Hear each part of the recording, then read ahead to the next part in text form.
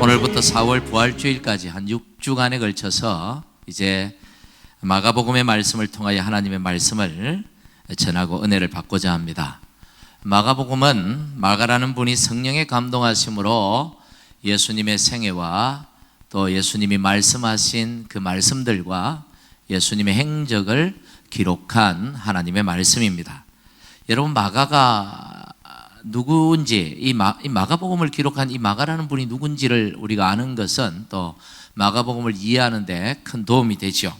마가 집안은 초대 교회 이 신앙의 집안들 중에서 가장 최고의 어떻게 보면 명문 집안이다, 신앙의 명문이었다, 그렇게 볼 수 있습니다. 그의 어머니는 예수님의 어머니와 더불어 예수님을 함께 따라다니며 예수님을 섬겼던 여인 중에 한 사람이었습니다.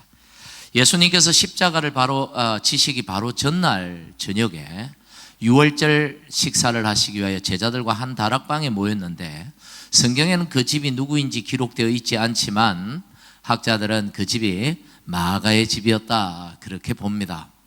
또 예수께서 부활 성천하시고 감람원이라는 곳에서 제자들이 이제 예수님의 성천을 보고 이제 돌아와서 한 집에 모였습니다. 제자들과 예수님의 어머니 마리아와 그리고 그의 동생들과 예수님의 동생들과 120명 성도들이 한 집에 있는 다락방, 얼마나 다락방이 크면 120명이 들어갈까 싶을 정도로 큰 다락방에, 우리 표현이 다락방이지 아마 큰 어떤 방에 모인 것 같아요. 모여서 열흘 동안 예수님이 기다리라고 명하신 성령이 오시기를 간절히 기다렸는데, 오순절, 유대인의 명절인 오순절 날 바로 그곳에 성령 하나님께서 임하셨습니다. 오순절 성령 사건이죠. 사도행전 2장에 기록이 되어 있습니다. 그런데 그 집이 누구 집이냐? 그들이 모였던 그곳, 거기서부터 예루살렘 교회가 시작이 되었어요. 초대교회, 최초의 교회가 그 집에서 시작한 거예요. 그 집이 바로 마가의 집이었습니다. 그러니 참 어쨌든 대단한 집이에요. 초대교회가 중심이 되었던 그 집을 중심으로 교회가 시작이 되고 복음의 사역이 시작이 된 것이죠. 여러분, 이 퍼서 땅에 복음의 역사가 여러분의 가정이 중심이 되어서, 여러분의 집이 중심이 되어서 복음의 역사들이 확장될 수 있다면 이게 얼마나 큰 영광이겠습니까? 또 그렇게 예루살렘 교회가 시작이 되었는데 많은 사람들이 예수님을 믿고 교회로 몰려들었습니다. 그런데 그 중에 가난한 자들이 참 많았습니다. 그래서 교회는 이 가난한 자들을 구제하는, 특별히 그 중에 과부들을 구제하는 일에 힘을 쏟았습니다. 그런데 여러분, 교회가 사업을 하는 것도 아니고 돈이 없잖아요. 무슨 돈으로 그 가난한 그 많은 사람들을 먹여 살렸을까? 그때 이 유력한 자들, 돈이 있는 자들이 자기의 전 재산을 팔아서 하나님께 헌금함으로 그 돈으로 가난한 자들을 섬겼던 것이죠. 그때 이 바나바라는 분이 자기의 전 재산을 팔아서 그 누구보다 먼저 교회 앞에 헌금하고 그 돈으로 가난한 자들을 먹여 살렸어요. 여러분, 이 바나바가 누굽니까? 우리 교회의 여러분 비전이 뭡니까? 이 시대의 안디옥 교회를 향하여. 우리 교회는 초대 교회 중에서도 이 안디옥 교회를 모델로 삼습니다. 그래서 이 안디옥 교회, 시리아의 안디옥에 세워졌던 그 안디옥 교회와 같이 이 시대에 건강한 교회를 세워가는 그런 꿈을, 비전을 가지고 우리는 하나님을 섬깁니다. 바로 이 안디옥 교회의 최초의 교사가 누구였냐? 오늘날로 말하면 담임 목사님, 최초 1대 담임 목사님이 바로 이 바나바라는 분이었죠. 그런데 이 바나바가 바로 이 마가의 외삼촌입니다. 어머니의 동생. 이 마가 집안이 참, 마가복음의 이 저자인 이 마가의 집안이 이렇게 기독교 역사에 있어서 정말 대단한 신앙의 명문이었다, 뭐 그렇게 볼 수 있는데요. 그런데 여러분, 집안 좋다고 다 되는 건 아니죠. 지 신앙이 더 중요한 거죠. 여러분, 뭐 몇 대째, 4대째, 5대째 예수 믿는 집안이고, 윗대로 뭐 목사님이 몇 분이고, 장로님이 몇 분이고, 어쩌고 저쩌고 선교사가 몇 분이고 해도 중요한 건 오늘 나의 신앙이죠. 내 신앙이 문제가 있으면 아무 소용없는 거예요. 하나님은 집안 보고 일하시는 건 아니거든요. 그런데 마가의 신앙 역시 대단한 신앙이었습니다. 젊은 시절 그는 외삼촌을 따라 안디옥으로 갔습니다. 그리고 안디옥에서 훈련을 받고 사도 바울과 바나바가 세계 선교 여행을 떠날 때 자원하여 그 선교 여행단에 함께 합류했습니다. 여러분, 요즘 또 단기 선교 간다는 게 쉽지 않고요. 어떤 지역은요, 선교사 신분이 발각이 나면 죽을 수도 있는, 요즘도 그런 시대인데, 옛날에 로마의 박해, 그리고 이 유대인들의 핍박이 심하던, 가는 곳마다 있었던 그런 시대의 세계 선교를 간다. 이것은 정말 목숨 내놔야만 가능한 일이었는데, 목숨 걸고 주를 위하여, 하나님 나라를 위하여 헌신했던 젊은이가 바로 마가였다는 것이죠. 그런데 막 그대로 쭉 갔으면 좋았는데, 그는 선교가 시작된 지 얼마 되지 않아서 너무 힘들어서 인내하지 못하고 도망을 치고 말았습니다. 실패자였죠. 그러나 그는 한 번 실패했지만 그대로 좌절하지 않고 물러서지 않고 다시 삼촌의 도움으로 바나바와 함께 2차 선교 여행에 합류하고, 그리하여 그는 초대교회에 인정받는, 또 사도 바울로부터도 인정받는 그런 초대교회 리더로 자라가게 되었습니다. 바로 이 마가가 기록한 것이 바로 이 마가복음입니다. 그런데 이 마가는 또 예수님의 수제자라고 불리는 이 베드로와도 함께 사역을 했었어요. 베드로 사도가 로마에서 복음을 전할 때 베드로는 좀 로마어, 헬라어가 좀 약했던 것 같아요. 그래서 통역관으로 이 마가가 베드로의 복음을 통역해서, 그는 헬라어, 로마어에 능통했기 때문에 그렇게 복음을 전하면서 초대교회 복음 사역에 아주 큰 역할을 감당했던 것입니다. 그래서 이 마가에게 성령이 임하시고 그 성령의 감동하심을 통하여 베드로도 기록하지 못한 예수님의 복음서를 마가가 기록하게 된 것이죠. 마가복음을 통해서 또 저와 여러분이 구원자로 오신 하나님의 아들 예수님을 더 깊이 알아가고 또 더 깊은 예수님과의 교제가 있기를 주님의 이름으로 간절히 축복합니다. 마가복음은 이 다른 복음서, 신약 성경에는 복음서가 4권이 있습니다. 마태, 마가, 누가, 요한, 이 4권의 복음서가 있는데 각각 좀 성격이 달라요. 요한복음 같은 경우에는 예수님을 하나님의 아들이다, 그분은 하나님이시다. 그래서 예수님의 두 인격이 있는데 하나는 신격, 하나는 인격, 인간의 예수님은 완전한 하나님이시요 그분은 완전한 사람으로 이 땅에 오셨다, 그렇게 우리가 고백하고 믿는데요. 그래서 이 요한은 신격, 하나님이시다 하는 관점에서 복음서를 기록했습니다. 그런데 마태와 마가와 누가는 예수님은 온전한 사람으로 이 땅에 오셨다, 그분은 하나님의 아들이시지만 또 우리와 똑같은 사람으로서 이 땅에 오셔서 고통당하시고 우리를 위하여, 우리를 구원하시기 위하여 그분은 잠도 못 주무시고 그런 많은 고난 속에서 우리를 구원하셨다, 이렇게 그 인성에 초점을 맞추어 기록을 합니다. 그래서 이 3권을 공동적인 관점에서 기록했다 해서 공관복음이다, 그렇게 말하는데, 그런데 이 3권 중에서 마태와 누가는 예수님의 어린 시절, 예수님의 출생을 기록해요. 그런데 유일하게 이 마가는 예수님의 출생, 예수님의 어린 시절 다 빼버리고 오직 예수 그리스도의 공생의 사역 3년 반에 그 복음 사역에만 초점을 맞춰서 기록하고 있습니다. 그래서 다른 성경에 비해서 마가복음이 가장 짧아요. 16장 핵심만 기록하고 있어요. 그래서 많은 학자들이 다 모든 성경들이 다 중요하지만 그래도 복음의 진수, 복음의 핵심을 가장 잘 말해주는 성경이 바로 마가복음이다. 그렇게 말하는 이유가 여기에 있는 것이죠. 마가는 예수님의 공생의 사역을 시작하면서 가장 먼저 오늘 우리가 읽었던 이 말씀이죠. 예수님이 복음을 전할 때 예수님이 그리스도로서 하나님의 아들로서 공생의 사역을 하면서 최초의 복음을 전한 말씀이 무엇인지를 기록하고 있습니다. 그 말씀이 무엇입니까? 처음 사람들에게 입을 열어서 복음을 전한 첫 메시지, 굉장히 중요한 메시지겠죠.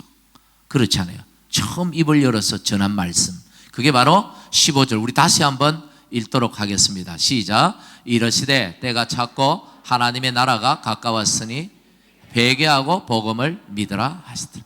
때가 찼고 하나님 나라가 가까이 왔으니 회개하고 복음을 믿으라.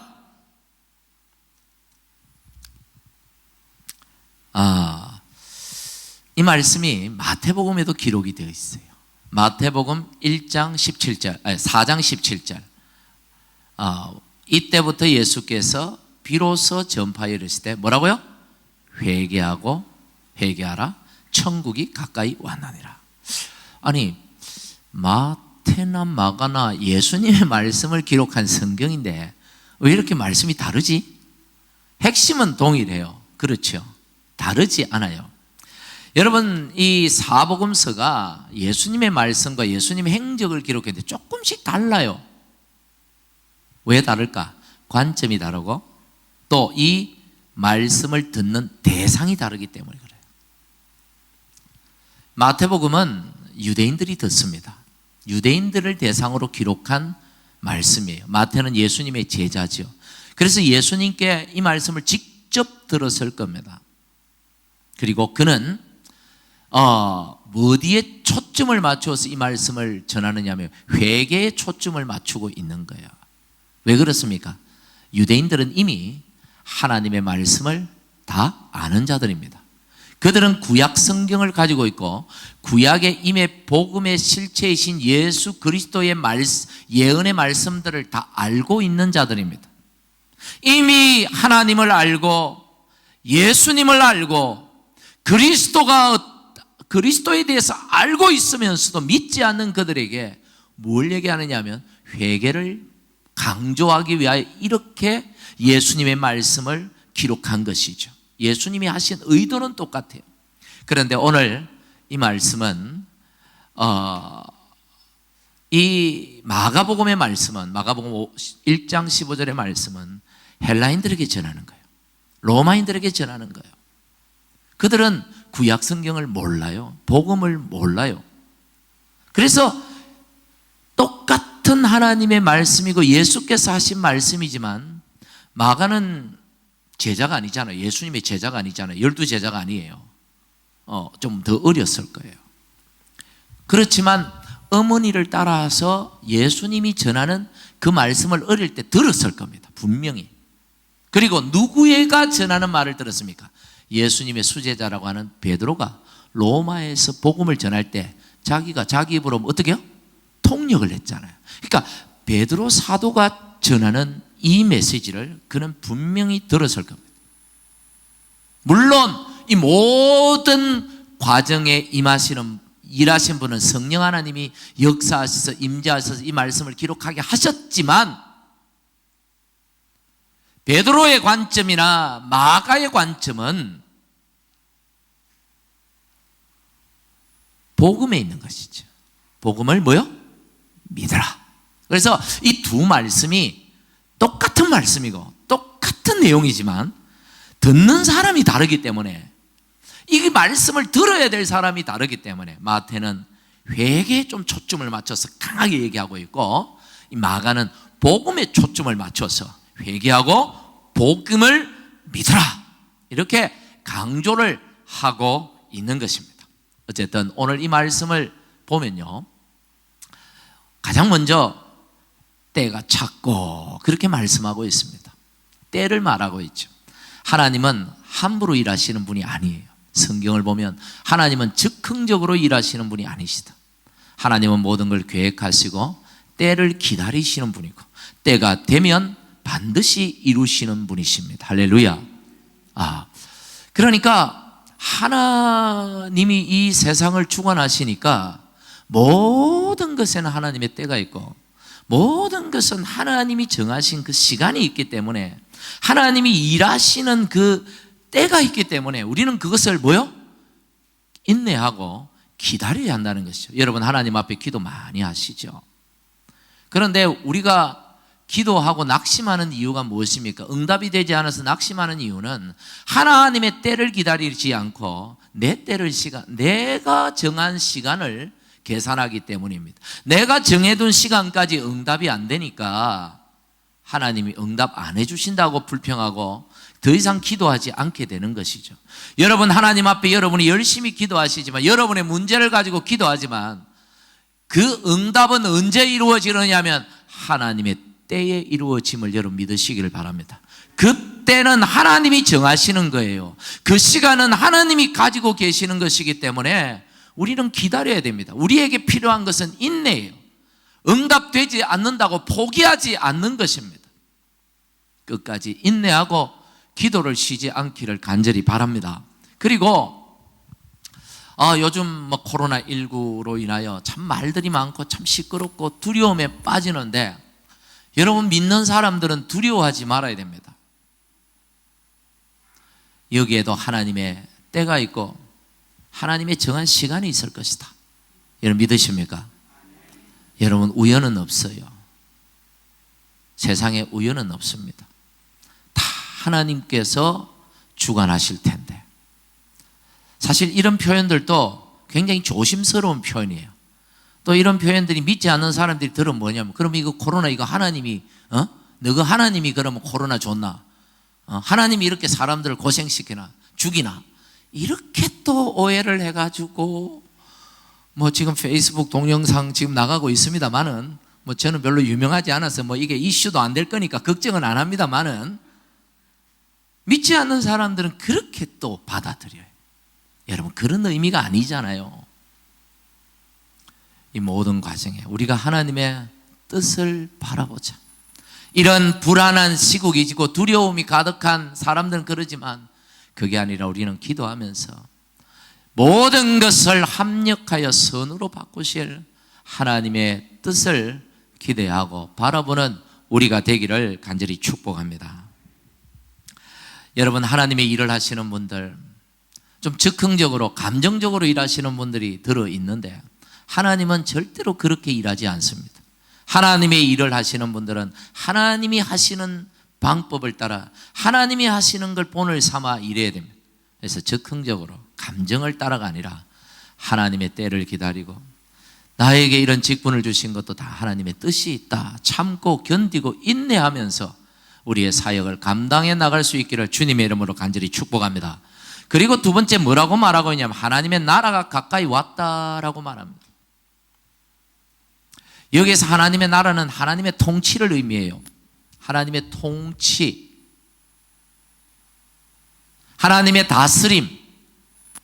하나님이 다스리는 곳은 그 어디나 하나님의 나라인 줄 믿습니다.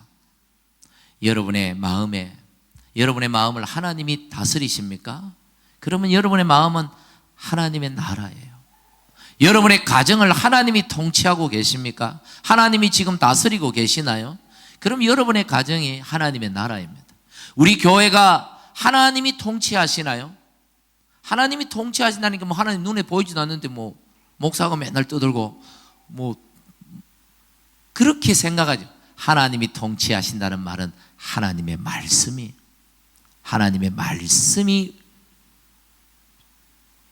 통용되고 하나님의 말씀이 원칙이 되고 하나님의 말씀에 순종하고, 이게 하나님이 통치하신다는 것이죠.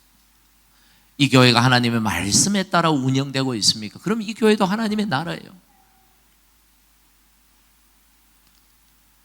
하나님의 나라가 임하려면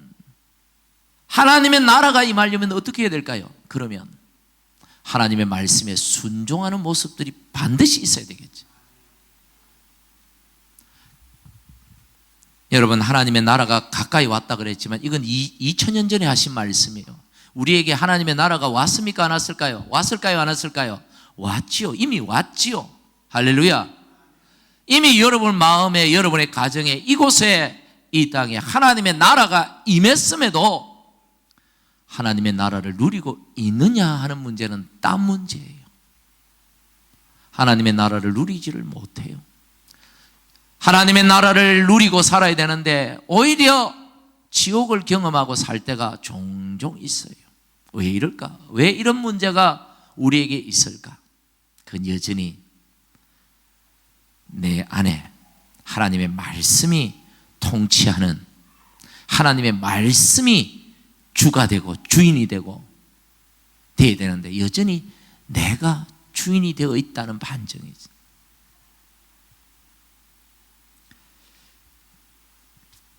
오늘 성경은 뭐라고 하냐면 회개하고 복음을 믿으라 그럽니다. 복음은 예수님이죠. 복음의 실체가 예수님이니까 회개하고 예수를 믿으라는 거예요. 예수 믿기 전에 뭐가 우선되어야 된다? 회개가 우선이다 이 말이죠. 근데 여러분, 회개가 뭘까요? 출애굽기 20장에 나오는 십계명에서처럼 뭐 부모 공경 안 하고 이런 거 회개하는 거, 예, 그거 회개죠. 나쁜 짓 하고 세상에서 죄 짓고, 예, 그거 회개하는 거 맞습니다. 하지만 진짜 우리가 진짜 더 중요하게 회개해야 될 부분이 하나가 있는데, 그것은 하나님을 온전히 나의 주님으로, 나의 주로, 주인으로 영접하지 못한 채 내가 내 인생의 주인이 되어서 살아간 그 삶을 진짜 회개해야 합니다. 이사야 1장 3절은 이렇게 말합니다. 우리 같이 한번 읽어보겠습니다. 시작. 소는 그 임자를 알고 나귀는 그 주인의 구유를 알건만 이스라엘은 알지 못하고 나의 백성은 깨닫지 못하는도다. 소나 나귀도 주인을 아는데, 이거 안 믿는 사람한테 얘기 안 했습니다. 누구에게 얘기했습니까? 이스라엘에게 얘기했어요. 이스라엘은 누굽니까? 하나님의 백성, 하나님을 아는 사람이고 하나님을 믿는 사람이고 하나님 따른다고 자기들 입으로 고백하는 사람들이고, 그렇죠? 하나님을 알고 하나님의 말씀을 알고 하나님을 주인으로 왕으로 모신다고 입으로 고백하며 절대로 안식일을 범하지 않고 때마다 나와서 예배하고 11조도 잘 드리고 기도도 하고 금식도 하고 그러는 사람들인데, 이 사람들한테 뭐라고 말하느냐면 소도 나귀도 주인을 아는데 너희는 네 주인이 누군지도 모르냐. 여러분, 오늘 이 말씀이 우리 공동체를 향한, 여러분 자신을 향한 말씀이라고 여겨지십니까? 하나님을 알고 예수님도 알고 주일날마다 나와서 하나님께 예배도 잘 드리고 헌금도 잘 드리고 내 입으로도 예수님이 나의 왕, 나의 주, 나의 주님이십니다 고백도 하고 그렇게 살아가지만 정작 하나님이 보실 때 너는 아니 틀렸다. 내가 너의 주인이 아니고 네가 너의 주인이구나. 이렇게 보신다면 이 말씀이 바로 저와 여러분을 향한 회개를 촉구하는 말씀인 줄 여러분 믿으시기를 바랍니다.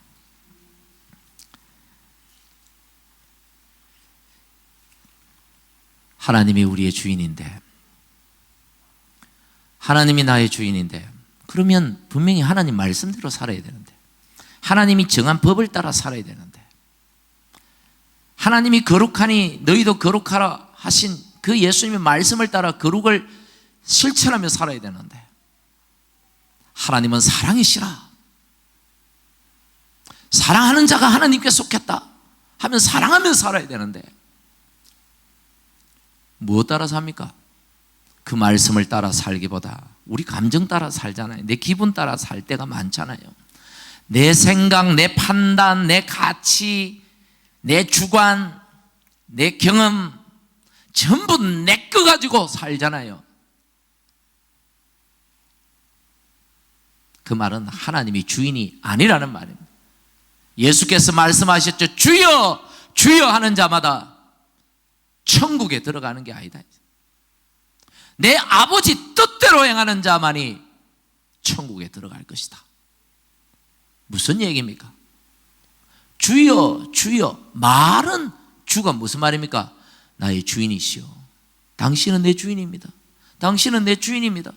그렇게 고백하지만 조금 더 주인의 말은 안 듣는다 이거죠. 근데 그게 무슨 주인이냐 이 말이죠.